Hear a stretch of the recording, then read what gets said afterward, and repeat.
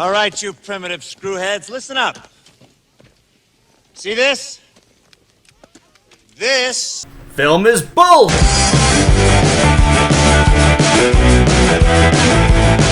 I just watched Doctor Strange 2.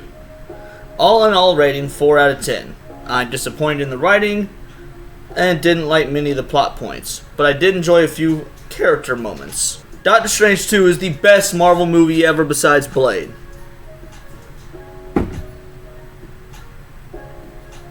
I got these two texts on the same day, and as you can tell, they couldn't be more different. One is from a friend of mine, the other is from my father. Both are hardcore nerds whose opinions and views I value, and both of which are better at magic than me. That second part doesn't really matter, but, since this movie's a magic, I felt like it was worth mentioning. I also feel like it's worth mentioning that I was raised with manners and decency, and the good graces not to argue with grown-ups when I was a child, because I come from a generation where if you did that, your granny makes you go pick your own switch off of over yonder tree. But I'm almost 30 now, and I can argue with my dad without fear of my butt feeling like Chris Rock's face after a G.I. Jane joke. This movie, it wasn't good. I mean, I guess it wasn't bad, per se, but it definitely wasn't good. Then certainly wasn't the best Marvel film ever made. Let me start by saying, Sam Raimi is my favorite director of all time. The only one that even comes close is Edgar Wright. So I went into this movie with very conflicting emotions. Emotion number one, holy fuck, I can't wait, it's Sam Raimi, this is gonna be amazing! And the other is, oh yay, another MCU movie. We haven't seen a million of these that are all the same in the last 14 years. And because of those conflicting emotions, I went in completely neutral. And don't get me wrong, there are definitely aspects of this movie I enjoyed, and I will go into them in detail. But as an entire package, this just wasn't a good film, and I'll lay out why. Also, this is going to be filled with spoilers, so continue at your own risk, or honestly, watch anyway, get the spoilers, and save yourself 2 hours and trying to find your way to a universe where you didn't waste all that time of your life. Now, let's start with the film's opening.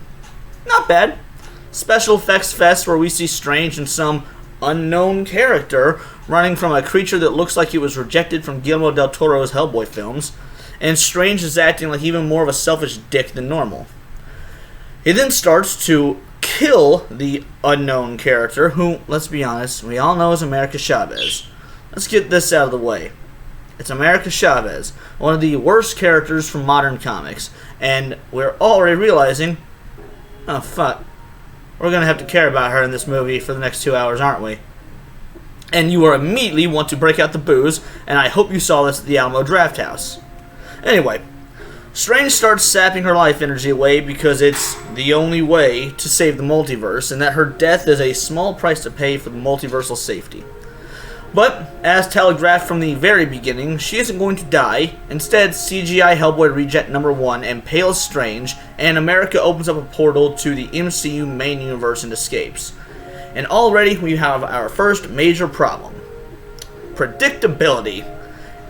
From the moment we see Strange running with this bitch and he starts to kill her, we automatically know, oh, this isn't our Strange, and he's going to die. She's going to be meeting our real Strange from our universe. There wasn't a surprise in this film for me. It was arguably the single most predictable MCU film to date. And when a movie is so easy to read from the first 2 minutes, you are in for something that inherently is going to feel a lot longer than its 2-hour runtime. Now, I remember pausing the film to go check on my wife, who'd been out of the room for a while, and looking at the timestamp and thinking, am I really only an hour in? I have a whole nother hour left? And proceeded to pour myself a glass of vodka. Cut to Strange at Christine's wedding, and Amy Adams is just as gorgeous as she was in Mean Girls. But now, she's getting married and making Strange lament about his failings as a lover, and he pulls that bullshit move that no sane person would ever do in real life, which is admit his feelings to the woman he loves after she's taken her vows and is at her wedding reception. She just gives him the nicest version of, stop trying to make fetch happen. It's not going to happen. Where fetch is their relationship. Then, Cthulhu's little brother starts rampaging throughout New York, and Strange bounces from the wedding in the most non-subtle way of all time, effectively ruining the woman he loves Big Day to be a world-saving star, and teams up with Wong to send Cthulhu's little brother back to the Shadow Realm. In a kill that is very Raimi, I'll be honest, I enjoyed very, very much. But Cthulhu's little brother was actually chasing down Amshav, and Strange wants answers. Turns out, she can jump through universes, but is shit at it, so he and Wong take her to the Magic Kingdom, not the one with Cinderella's castle, but the CG one in Asia with a staggering amount of black and white people. Now, while America is chilling in Asia, God, I love that sentence, Strange goes to see Scarlet Witch to ask her for her help. And then the big reveal happens, and by big reveal, I meant the thing that everyone who watched WandaVision saw coming, where Wanda turns out to be the bad guy. Strange then says, "Fuck this shit, I'm out, no thing," and goes back to Disney World. Kamar Taj, where he and Wong prep for defense against Wanda, where they straight up steal from the Gungans in Phantom Menace by putting up a bunch of CGI shields. But whatever, it's all Disney now. Maybe one of the universes is the Star Wars universe and Amshav couldn't convince Yoda to give a shit before she found Strange. Anyway, Wanda breaks through because random magic user number 4 has a weak-ass mind, and then she just starts waltzing her way through an army of trained Burt Wonderstones, leading to arguably my favorite scene of the entire film and possibly the most Sam Raimi scene of the movie. Wanda gets trapped in the mirror dimension, but starts using the reflections to track Wong, Strange, and Amshav through its... Oh, man. We get the classic Raimi, crooked angles and slamming doors and quick zooms and fucked up bloody Wanda that's just, clawing her way out of the reflections, Grudge style, to start opening a can of witchy woman whoop-ass on the team. Strange and Amshav quickly fuck off to another universe, but not before we get a CGI jerk-off fest of all the in-between universes, one of which I'm pretty sure was 2099, only to end up landing in what looks like aesthetically a crossover between Harry Potter and We Happy Few. Both British, both shitty, but in this moment, we do get the single most wondrous few seconds of the entire film. Bruce motherfucking Campbell himself, Papa Pizza, who berates Strange and Amshav, only to be cursed to play temporarily unending game of stop hitting yourself, covered in mustard. The movie is all downhill from here because there is no more Bruce Campbell. Well, for the most part. The duo goes to this universe's Sanctum Sanctorum to get help from this universe's Strange, only to find a statue of Strange outside commemorating him as a hero who died fighting Thanos. Now that begs the question now, doesn't it? Who's the Sorcerer Supreme? Well, in one of the best and worst ideas, they bring back Chiwetel Ejiofor as Baron Mordo. Why is this one of the best ideas? Did I say Ikeas? I get it. Sanctum Sanctorum is built out of shitty furniture. Why is this one of the best ideas? Because Chiwetel Ejiofor is fucking awesome in every film he's in. Why is this one of the worst ideas? Because he is criminally underutilized in this film, especially since the character hasn't been seen since the original Doctor Strange. But this version of Mordo seems nice. He's happy to see Strange and smiles, calls him brother, and guides him into the Sanctorum, listening to Strange tell his tale. Only to drug him and make him, well, we don't know yet. Because the movie does what it does best in moments when we're almost sucked in, and cuts back to the boring shit with Wanda. Wong is strung up and ready to be executed, but random magic user number 9 jumps in and destroys the not Necronomicon that she needs to Universe Dreamwalk. Well, that pisses Wanda off, and she takes Wong to force her to start looking for other answers. Oh, I forgot. Her motivation. To see her kids again. In another universe. Because, they were fake in WandaVision. She wants to be a mommy again.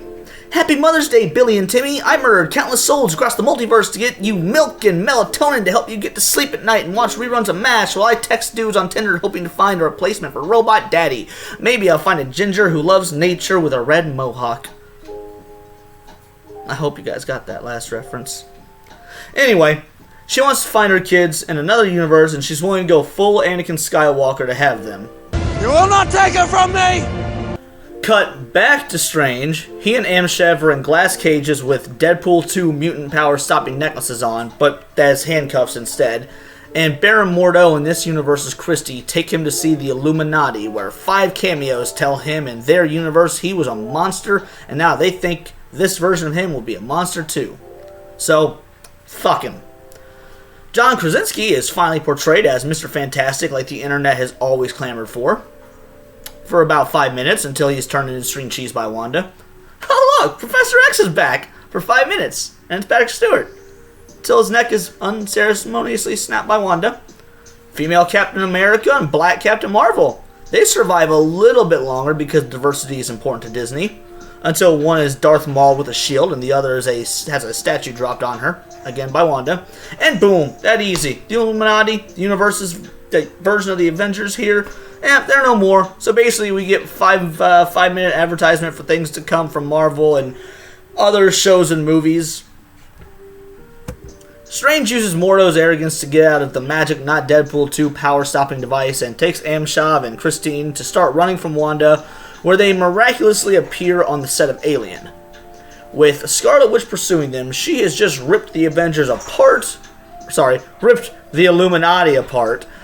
And has removed Black Bolt's fucking mouth. Oh yeah, Black Bolt was in this, but, she has trouble with water. She's not the Wicked Witch of the West. I don't know what the fuck Disney thought was going on here.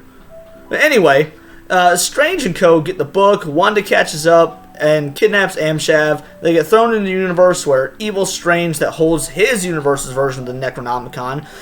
Remember how in Iron Man 1 and Ant-Man and Black Panther and pretty much every other MCU film the hero fights the big bad that is basically the exact same as them but evil for reasons?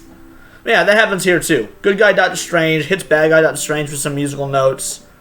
I am kind of underselling this fight. It's actually pretty fucking cool. Danny Elfman is hitting his A game on this.